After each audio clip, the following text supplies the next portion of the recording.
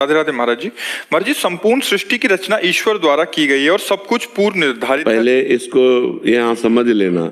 संपूर्ण सृष्टि की रचना ईश्वर ने की और स्वयं ईश्वर ही संपूर्ण सृष्टि बना।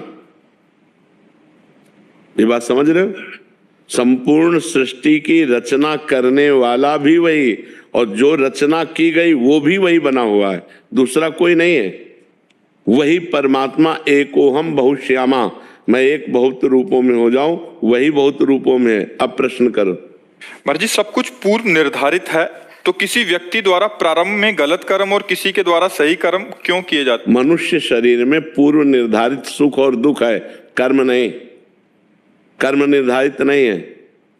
जो हमने पूर्व में पाप कर्म किए और जो पूर्व में पुण्य कर्म किए, उसके मिश्रण से हमारे शरीर की रचना हुई। तो हमको कभी पाप का फल दुख मिलेगा, कभी पुण्य का फल सुख मिलेगा। लेकिन नवीन जो कर्म हो रहे हैं वो पूर्व प्रारब्ध से नहीं हो रहे, वो हमारी बुद्धि की मलिनता से हो रहे हैं, हमारे मन की चंचलता से हो रहे हैं। इनको पुनः आगे चलकर भोगना पड़ेगा। समझ पा रहे हो? कर्म हमारे पूर्व की प्रेरणा से नहीं हो रहे, फल पूर्व की प्रेरणा से आ रहा है। जैसे आपने बहुत पढ़ाई लिखाई की, बहुत मेहनत की, लेकिन आपका पूर्व पाप बहुत अधिक है, आपकी नौकरी नहीं लगने देगा, आपका व्यापार सफल नहीं होने देगा, आपको घुटने टिकवा देगा, हर विपत्ति दुख। तब आप कहोगे मैं तो इतनी मेहनत करता हूं।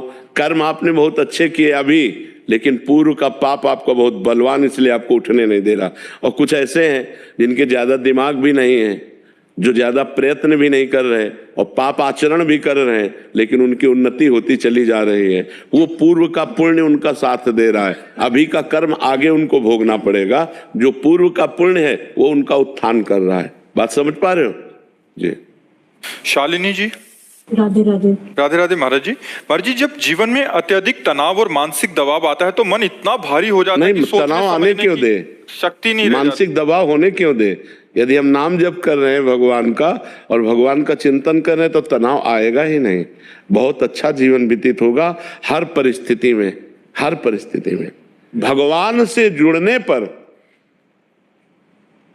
हर विपत्ति, हर शोक, हर संकट सहज में हम पार कर सकते आएंगे। मनुष्य जीवन संघर्ष जीवन है। मृत्यु लोक में कोई ऐसा पैदा नहीं हुआ जिसको संघर्ष ना झेलना पड़ा हो, चाहे वो भगवान स्वयं राम हो या भगवान स्वयं श्री कृष्ण हो। भगवान जन्म ले रहे हैं कहां? कंस के कारागार में। कैसे? माता पिता हथकड़ी बेड़ियों से जकड़े हुए हैं। आ कौन रहे?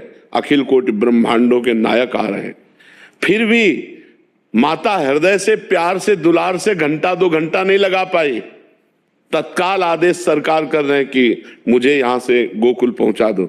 सामने ऐसे लावण्य की मूर्ति, सुंदरता की मूर्ति बालक, और उसको मां के सामने से छीना जा रहा हो। कितना अपार दुख देवकी जी को। फिर आकर के वही हथकड़ी बीड़ी जकड़ गई। 11 वर्ष तक ब्रज में रहने के बाद दर्शन हो पा रहे हैं देवकी वसुदेव जी को, अपने लाडले लाल को पैदा होते ही। संघर्ष में जीवन। राम जी का जीवन आप देख लो, राम जी का जीवन देख लो, कितना संघर्ष में जीवन। जहां राज्याभिषेक होने जा रहा है वहां 14 वर्ष का वनवास। कितना संघर्ष। हम लोगों को वो संघर्ष नहीं जो भगवान को मिला। तो हमें चाहिए कि भगवान के चिंतन के प्रभाव से हम अपने को तनाव मुक्त रखें। तनाव क्यों करेंगे? जो हमने कर्म किया उसका हम भोग रहे हैं। अब हम अच्छे कर्म करेंगे, अच्छा हमारे जीवन में आएगा। हम तनाव युक्त होकर के वर्तमान के समय को तनाव में व्यतीत कर दें तो हमारा भविष्य तनाव युक्त हो जाएगा। वर्तमान के समय को भगवान के चिंतन में हम व्यतीत करते हैं तो हमारा भूत और भविष्य दोनों पावन हो जाएगा। इसलिए नाम जप कीजिए। तनाव क्यों करती हो? नाम जप करो, राधा राधा राधा। फिर आप देखो आपको कितना आनंद प्राप्त होता है हृदय में, कैसे समस्याओं का समाधान होता है। तो हम लोग क्या है, हम वर्तमान की सोच में पागल हो जाते हैं कि क्या होगा, और अगर भरोसा भगवान का रखें तो बहुत सुंदर व्यवस्था कर देते हैं, बहुत सुंदर व्यवस्था कर देते हैं। इसलिए हमें चिंता नहीं करनी, बिल्कुल आनंद में जीवन व्यतीत करना है। नाम जप करो। मनुष्य जीवन आनंद प्राप्ति के लिए, नहीं तो इतनी माया विचित्र है कि एक क्षण भी आनंद में नहीं टिकने देगी। चिंता, शोक, कल क्या होगा, कल क्या हो गया, बस इन्हीं चिंताओं में हमारा मन परेशान रहता है। इसलिए वर्तमान में नाम जप करो। रीमा जी दिल्ली से। राधे राधे।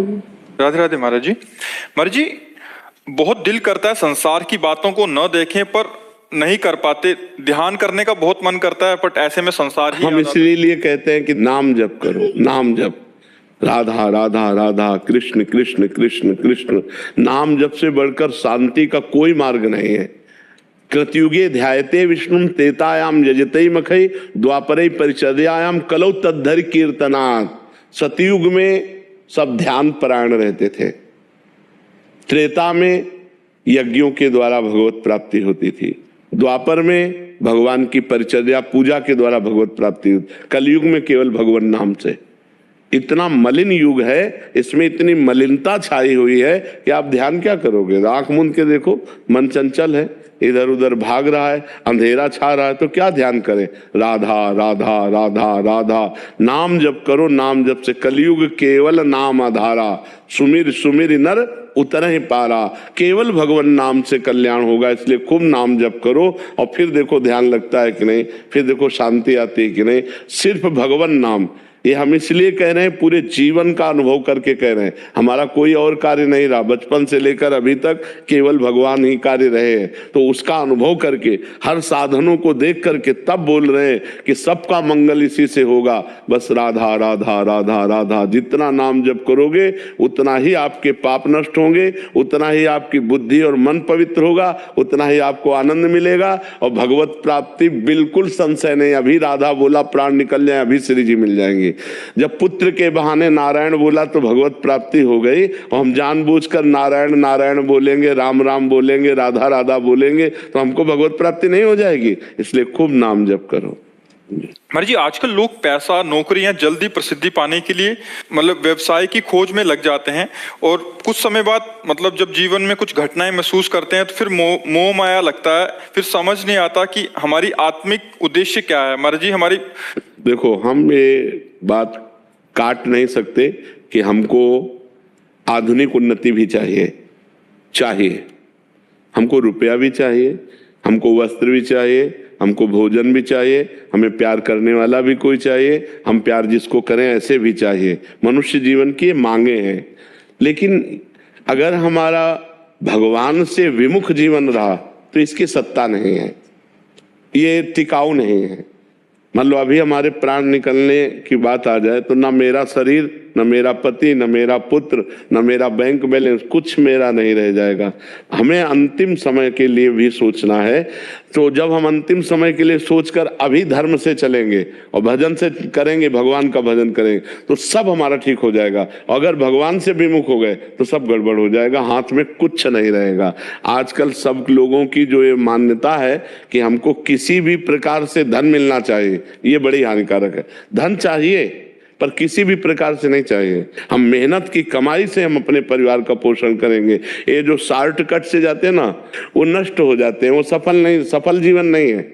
जैसे हम अधर्म करके, चरित्रहीन बन करके, नाना प्रकार के पापाचरण करके धन कमाने की कोशिश करें तो हम नष्ट हो जाएंगे। अब 2-4 बार सफल हो सकते हैं, थोड़ा हम एकत्रित भी कर सकते हैं, लेकिन एकदम ऐसा आएगा सब नष्ट हो जाएगा, सब नष्ट हो जाएगा। ऐसे कितने उदाहरण हैं कि पाप के द्वारा बढ़े और मिट्टिया मेट हो गए, जिसे कहते हैं मिट्टी में मिल जाना, मिट्टी में मिल गए।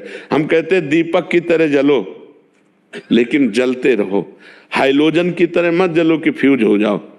एकदम शॉर्टकट में धनी बनने की मत सोचो, धर्म पूर्वक चलो। अगर धर्म पूर्वक नमक रोटी खा रहे हो, तुम्हारा परिवार तुमसे प्यार कर रहा है और शांति, इससे बड़ा कोई सुख नहीं है। अगर आपके परिवार में कलह है, अशांति है, सब अपने अपने मनमुखी हो, खूब रुपया है, खूब पैसा है, किस काम का? पति उधर जा रहा, पत्नी उधर जा रही, परिवार के सब संबंधों में अविश्वास पैदा हो रहा है, प्रेम नष्ट हो गया, फिर हमारा जीवन किस काम का? इसलिए नाम जप करो, भगवान का आश्रय रखो और मेहनत की कमाई पर विश्वास रखो। चरित्र पवित्र होना चाहिए। आज हमारा चरित्रहीनता बनती चली जा रही। आज चरित्र को, जो हमारा मूल है वो है चरित्र। हम देखो रामचरित्र गायन करते हैं, भगवान का पावन जस गायन करते हैं। क्यों? रावण क्या विद्वान नहीं था क्या? रावण क्या उत्तम कुल ब्राह्मण में नहीं जन्मा था? समझो, उत्तम कुल पुलस्त करनाती, लेकिन वो चरित्रहीन था, इसलिए उसे राक्षस कहा गया। हम लोग चरित्रहीनता पर, धन की इतनी महानता बढ़ गई हमारे दिमाग में कि कुछ भी करना पड़े। आजकल बहुत ही धन की प्रधानता, जंजीर पकड़ के खींचा, वो मुंह भरा गिर गए, उसको कोई मतलब नहीं कि उसको क्या लगे। कितनी कठोर वृत्ति हो गई। वो हमारी माँ भी तो ऐसी है, माँ जैसी ही वो तो है, कोई भी स्त्री हो और उसके साथ ऐसा बर्ताव। ये धन की प्राप्ति के लिए देखो राक्षसी भाव आ गया, तनिक भी अंदर दया नहीं, तनिक भी अंदर करुणा नहीं। तो हमें लगता है अपने अपने पदों में, अपने अपने कर्तव्यों में धर्म पूर्वक हम चलें। हम नाना प्रकार से जो अधर्म पूर्वक धन आता है उसके द्वारा बड़ा होने की कोशिश न करें। नहीं माना कि आप बड़े होगे, कैसे बड़े होगे? जैसे दो आदमी एक आदमी के हाथ पैर पकड़कर ऊपर ले जा रहे हैं 7वें मंजिल पे, तो वो समझ रहा है कि हमको तो लिफ्ट से भी नहीं जाना पड़ा, दो आदमी, लेकिन वो तुम्हें वहां सुख देने नहीं जा रहे, ऊपर से पटकने जा रहे तुम्हें।